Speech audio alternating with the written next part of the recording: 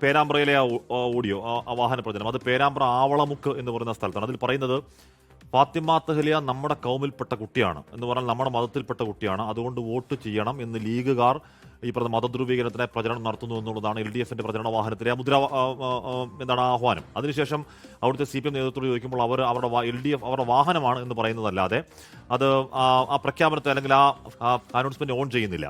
SK Perambra എന്ന് പറയുമ്പോൾ അത് കഴിഞ്ഞ ലോക്സഭ അത് വടകര ലോക്സഭാ മണ്ഡലത്തിൽ പെടുന്ന ഒരു സ്ഥലമാണ് ഈ പേരാമ്പ്ര.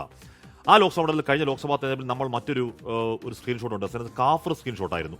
അതിൽ പറഞ്ഞിരുന്നത് 5 നേരം നിസ്കരിക്കുന്ന ദീനിയായ മുസ്ലിമായ ഷാഫിക്ക് വോട്ട് ചെയ്യണമെന്നും കാഫറായ KK ശൈലജയ്ക്ക് വോട്ട് ചെയ്യരുത് എന്നുള്ള അത്യന്തം അങ്ങേയറ്റം നാടിനെ കുട്ടിച്ചോറാക്കാൻ പരുവത്തിലുള്ള കലുഷമാക്കാൻ പരുവത്തിലുള്ള ഒരു സ്ക്രീൻഷോട്ടായിരുന്നു. അതിൽ വലിയ പ്രതിഷേധമുണ്ടായി. മുൻ MLA KK ലതിക അത് ഫേസ്ബുക്കിൽ പങ്കുവച്ചു. അത് വടകര മാത്രമല്ല, അത് കേരളം ഒന്നാകെ ചർച്ചയായി.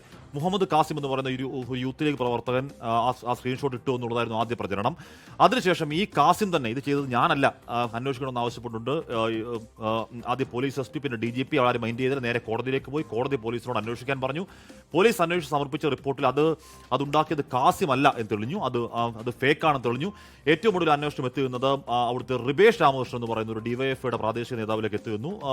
റിബേഷിനോട് എവിടെ നിന്ന് ചോദിച്ചപ്പോഴേക്കും റിബേഷ് പറഞ്ഞു അത് വെളിപ്പെടുത്താൻ ആഗ്രഹിക്കുന്നു എന്ന് പറഞ്ഞിട്ട് അന്വേഷണം ഇപ്പോഴും അത് വഴിമുട്ടി നിൽക്കുകയാണ്. അവിടെ നിന്ന് ഒരു തുള്ളി അന്വേഷണം മുന്നോട്ടേക്ക് പോയിട്ടില്ല. SK ആ തെരഞ്ഞെടുപ്പിൽ തന്നെ കാസർഗോഡ് രാജ്മോഹൻ ഉണ്ണിത്താന്റെ ഒരു പ്രതിച്ഛായുള്ള ഒരു വീഡിയോ ഇറങ്ങി. അതൊക്കെ രാജ്മോഹൻ ഉണ്ണിത്താന്റെ പോലെ തോന്നിക്കുന്ന ഒരാൾ ഇലക്ഷൻ പ്രചരണത്തിൽ ഇറങ്ങുന്നു. അപ്പോൾ എങ്ങോട്ടേക്കാണെന്ന് ചോദിക്കുന്നു.